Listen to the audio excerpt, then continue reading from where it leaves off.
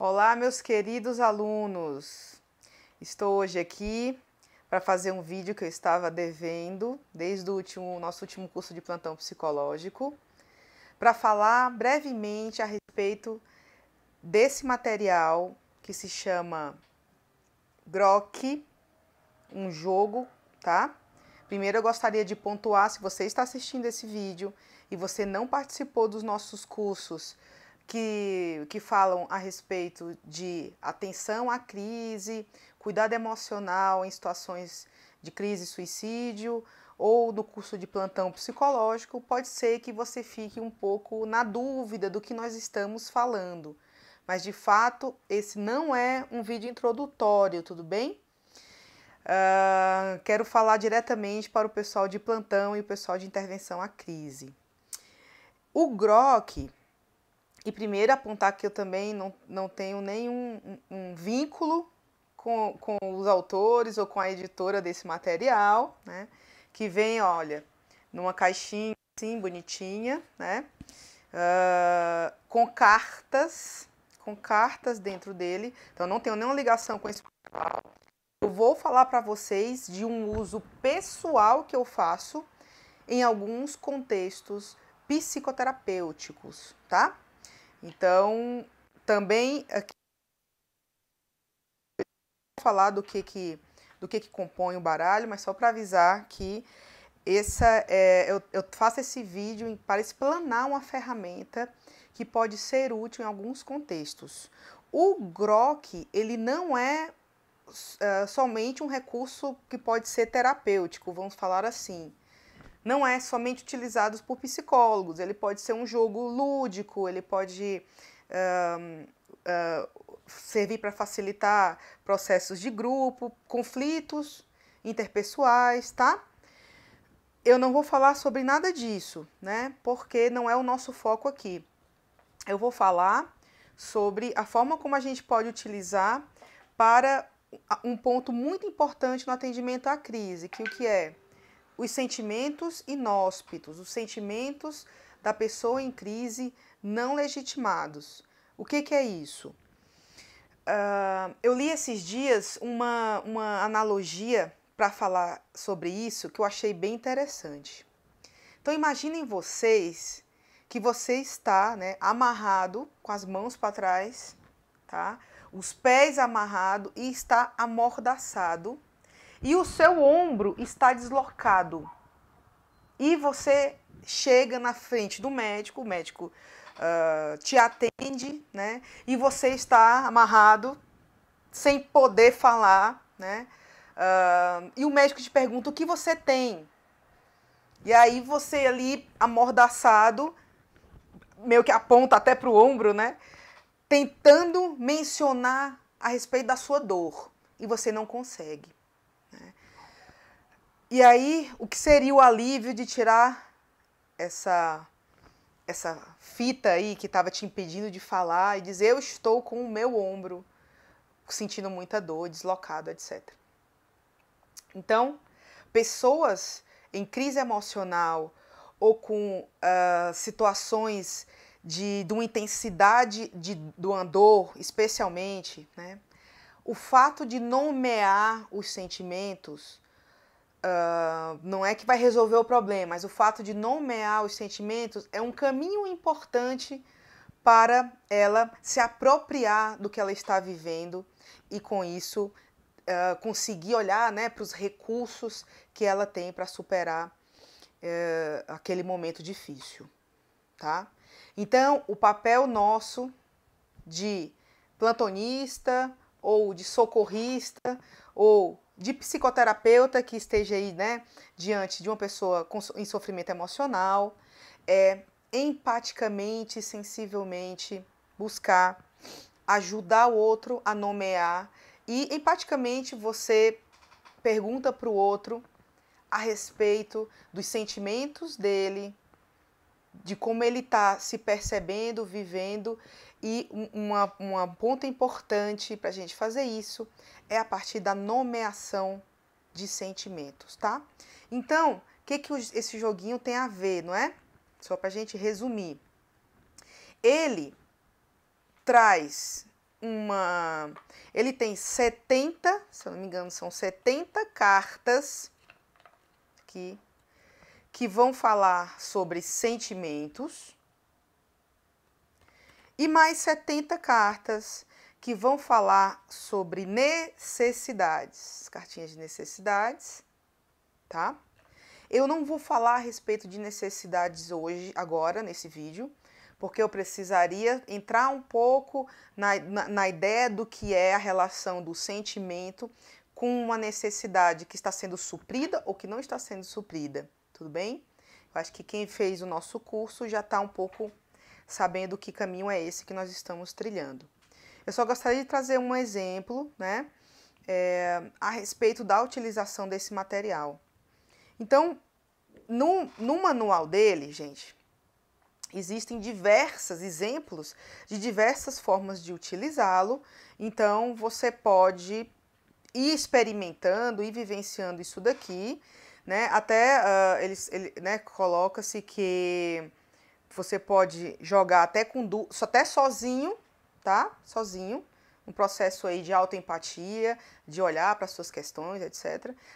Com 2 pessoas e até com um grupo de 70 pessoas. É possível a gente utilizar esse material de diversas formas, né? Eu digo assim, o céu é o limite, tá? Então, eu vou trazer só um exemplo de como a gente pode utilizar isso aqui nessa clínica dos extremos, né? Vamos supor que a pessoa nos traga a respeito de se sentir com raiva, ele acabou de receber, ele nos conta que acabou de receber um telefonema difícil e ele tá com muita raiva, tá? Raiva é o que a gente está falando em nomear, né? Então ele nos traz, as pessoas têm a capacidade, tá, gente, de olhar para o que estão vivenciando e com cuidado, com uma certa... no tempo dela, né? No tempo dela, ela é capaz de perceber o que está se passando com ela. Ou seja, o nosso papel de plantonistas e socorristas, na verdade, é facilitar com que ela mergulhe nela mesma e nomeie os seus sentimentos não legitimados e inóspitos, tá?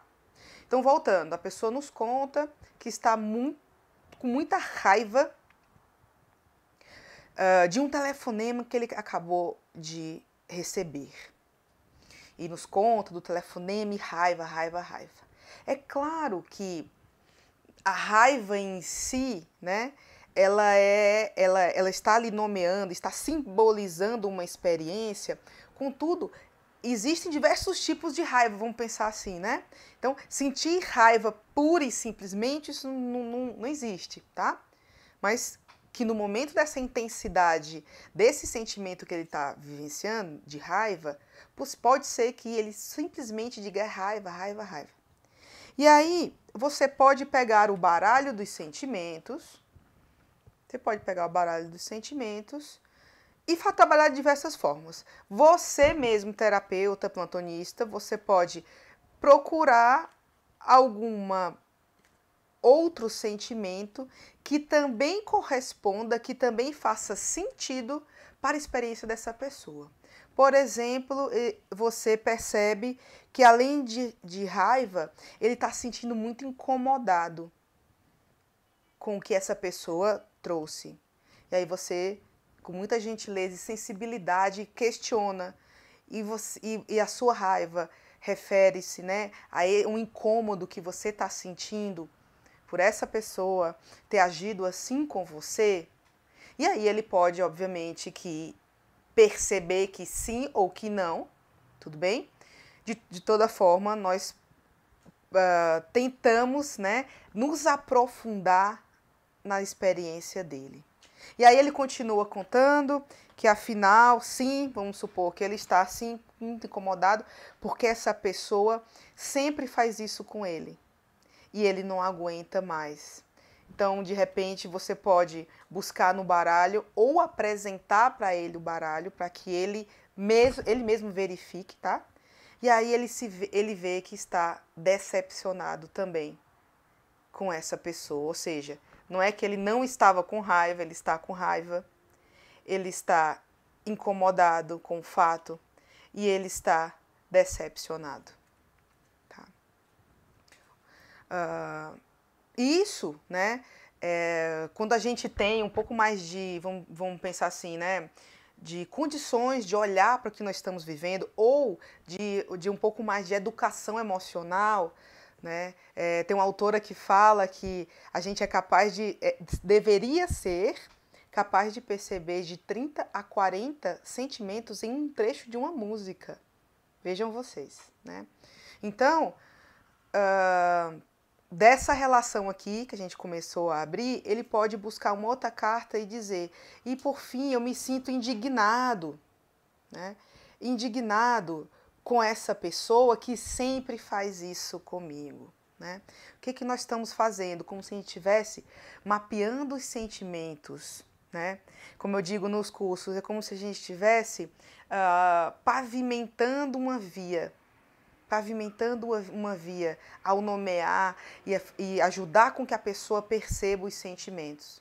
Né? E isso faz completa diferença, toda a diferença no nosso acolhimento às demandas de crise e emergências, tá? Então, como eu disse, nós, né, buscar a partir do baralho e ir mostrando para a pessoa para saber se faz sentido, tá? Por exemplo, a gente poderia pegar aqui que eu acabei de achar para esse caso fictício que estamos conversando, impaciente. Né? Você não tem mais paciência com esse tipo de situação. Ele dizer, não, impaciente, eu tô irritado. Né? Eu tô irritado, tá? Então, a forma de utilizar, a gente poderia também, por exemplo, colocando o baralho sobre uma mesa, né? Pedir para ele identificar o que mais de sentimentos ele percebe nele mesmo. Ok? Então, como eu disse, tem diversas formas de fazer. Essa é só uma ferramenta que nós precisamos ter muita sensibilidade, saber o momento de usar, supervisão. Isso não é, no contexto de crise, pelo menos, não é para ser usado indiscriminadamente, tá? Precisamos de supervisão para o quê? Para que a ferramenta sirva de auxílio, né? Sirva de fato num momento sem nos ajude a ajudar. Tudo bem? Eu fico por aqui e estou disponível para tirar as dúvidas a respeito disso. Um grande abraço.